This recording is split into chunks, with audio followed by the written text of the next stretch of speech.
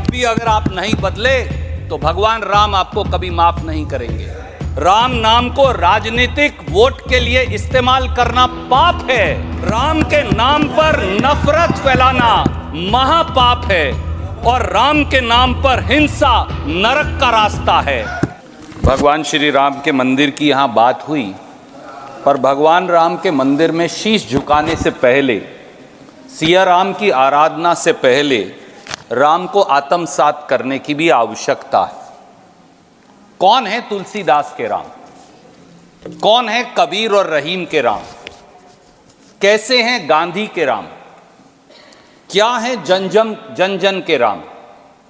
जान लें कि राम तो मोहब्बत का पैगाम है, राम तो न्याय है, राम तो करुणा है, राम तो कर्तव्य का बोध है, राम तो वचन की मर्यादा है, राम मूल्यों और आदर्शों की अनुपालना है, राम तो निर्बल के हैं, दीनहीन के हैं, राम तो शबरी के हैं, राम तो गरीब की झोपड़ी में टिमटिमाता हुआ एक दिया है, राम तो भेदभाव, छुआछूत और विषमता के खिलाफ उठने वाली हर आवाज है।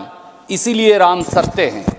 तो मैं सोचता हूं सभापति जी कि फिर जब राम ही मोहब्बत का पैगाम है, तो फिर राम के नाम पर नफरत कैसे फैलाई जा सकती है?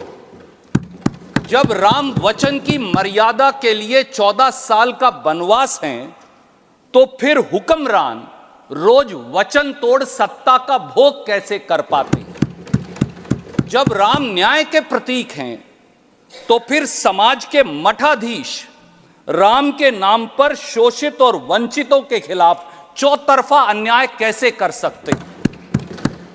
जब राम संयम और सहिष्णुता हैं, तो फिर सत्ताधारी शक्तियां विभाजन और हिंसा के रास्ते पर क्यों चल रही हैं? जब राम शबरी के झूठे बेर हैं, तो फिर समाज के शोषितों, वंचितों, आदिवासियों, दलितों और पिछड़ों को भेदभाव का कोप भाजन क्यों बनना पड़ता है? जब राम नैतिकता की नीति और आदर्शों की उत्तमता है, तो फिर शासन की नीतियां जनमत के बहुमत को त्याग कर कुछ पूंजीपतियों की गोदी में कैसे बैठ गई हैं? शायद इसीलिए तुलसीदास जी ने कहा है, मेरे साथी हैं नहीं, अब वो कोट कर रहे थे तो इसलिए, जासु राज प्रिय प्रजा दुखारी, सो निरपवसी नरक अधिकारी। अर्थात जिसके राज्य में प्यारी प्रजा दुखी रहती है, वह राजा अवश्य ही नरक का अधिकारी होता है। सभापति जी, जब राम न्याय, करुणा, संयम, सहिष्णुता, सदाचार, आदर्श और कर्तव्य के प्रतीक हैं, तो राम के नाम पर कभी भी नफरत, नकारात्मकता, निराशा, विवाद, वैमनस्य, विद्वेष और हिंसा नहीं फैलाए जा सकते। यही राम नाम का सार भी है। भगवान राम को हम सब, पूरा देश, पूरी दुनिया मर्यादा पुरुषोत्तम के नाम से जानते हैं। मर्यादा पुरुषोत्तम क्यों सभापति जी? यानी शासक द्वारा मर्यादाओं का अनुसरण और शासक की साधारण से साधारण नागरिक के प्रति जवाबदेही इसका सार है। कोई भी, कैसे भी, कभी भी शासक और सरकार से सवाल पूछ सकता है, जवाबदेही मांग सके, न्याय की आवाज उठा सके, शासक के आचरण पर सवाल खड़ा कर सके। यही तो राम राज्य है। तुलसीदास जी के रामचरितमानस के उत्तरकांड में भगवान राम इसी लोकतंत्र की व्याख्या करते हैं, जब वो जनमत से संवाद करते हैं, और मैं वो 4 लाइन यहां पढ़कर बताना चाहूंगा।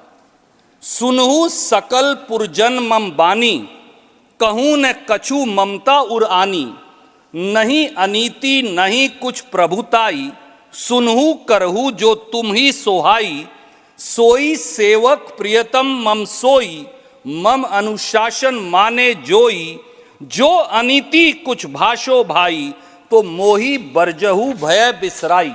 अर्थात राम कहते हैं, मैं राजा तो हूं, पर बेलाग कहता हूं हे अयोध्या जन, आप अपने विवेक से सुनने और करने को स्वतंत्र हैं। अगर मैं भी अनीति करूं, राम ये कहते हैं, अगर मैं भी अनीति करूं तो आप मुझे रोक देना। क्या राम की इस मर्यादा की कसौटी पर आज के शासक और हुक्मरान खरा उतरते हैं? क्या आज सवाल पूछने पर आवाज दबा नहीं दी जाती? क्या सत्ता से सवाल पूछना अब जेल जाने का रास्ता नहीं बन गया? अभी एक्सटेंडेड टाइम पे हैं आप। क्या शासक के आचरण और नीतियों पर सवाल अब ईडी, सीबीआई, इनकम टैक्स का कोप भाजन बनने पर मजबूर नहीं कर देते? क्या शासक के अंदर एक साधारण व्यक्ति के सवाल पूछने की हिम्मत बची है? शायद इसीलिए तुलसीदास जी ने रामचरितमानस में राम राज्य की अवधारणा को लेकर कहा, दैहिक देविक भौतिक तापा, राम राज नहीं काहुई व्यापा, सब नर करही परस्पर प्रीति, चलही सर्वधर्म निरश्रुति नीति। अर्थात राम राज्य में किसी को तकलीफ नहीं होगी, न बेरोजगारी थी, न महंगाई थी, न संस्थाओं का दुरुपयोग किया जाता था। इतना ही नहीं, सभी धर्मों के लोग परस्पर सद्भाव से रहते थे। क्या वर्तमान सत्ता और उसके शासक इस सद्भाव और सदाचार पर खरे उतरते हैं? मैं ये उनके विवेक पर छोड़ता हूं। सभापति जी, महात्मा गांधी भगवान राम के सबसे बड़े उपासकों में से एक थे। उनके प्रिय भजन रघुपति राघव राजा राम, ईश्वर अल्लाह तेरे नाम, सबको सन्मति दे भगवान, ये आवाज आज भी हमारे कानों में गूंजती है। 1929 में उन्होंने पत्रिका यंग इंडिया में लिखा था, एंड आई कोट, राम राज्य का प्राचीन आदर्श निसंदेह सच्चे लोकतंत्र में से एक है, जिसमें सबसे कमजोर नागरिक बिना किसी कानूनी कार्यवाही के त्वरित न्याय के लिए प्रति आश्वस्त हो सकता है। क्या आज का शासन महात्मा गांधी की राम राज्य की इस परिकल्पना पर खरा उतरता है? मैं ये उनके विवेक पर छोड़ता हूं। सभापति जी, उत्तर भारत, खास तौर से हरियाणा में जब हम एक दूसरे को मिलते हैं तो राम राम कहते हैं। लक्ष्मण जी भी कह रहे थे। इस 2 बार राम के उच्चारण का मतलब क्या है? एक राम वो हैं जो वचन की मर्यादा के लिए महलों को त्याग कर 14 साल वनवास में चले गए थे, और एक राम वो हैं अयोध्यापति जो न्याय और प्रेम के प्रतीक हैं। इसीलिए कबीर जी ने कहा था, मैं कॉन्क्लूड कर रहा हूं, उन्होंने कहा था, मोको कहां ढूंढे बंदे, मैं तो तेरे पास में, न तीर्थ में, न मूरत में, न एकांत निवास में, न मंदिर में, न मस्जिद में, न काबे कैलाश में, ना मैं जप में, ना तप में, ना मैं व्रत उपवास में, ना मैं क्रियाक्रम में रहता, ना ही योग संन्यास में, नहीं प्राण में, नहीं पिंड में, ना ब्रह्मांड आकाश में, ना मैं त्रिकुटी भंवर में, सब श्वासों के श्वास में, खोजी हुए तुरंत मिल जाऊं एक पल की तलाश में। मेरी पार्टी ने सदैव कहा कि जो निर्णय सुप्रीम कोर्ट से आए उसे सब देशवासी स्वीकारें। सुप्रीम कोर्ट के 9 नवंबर 2019 के निर्णय के अनुसार श्री राम मंदिर का निर्माण हुआ है, इसका सह सम्मान है। पर यह भी जान लें कि राम प्रेम है, न्याय है, सहिष्णुता है, सदाचार हैं, आदर्श हैं।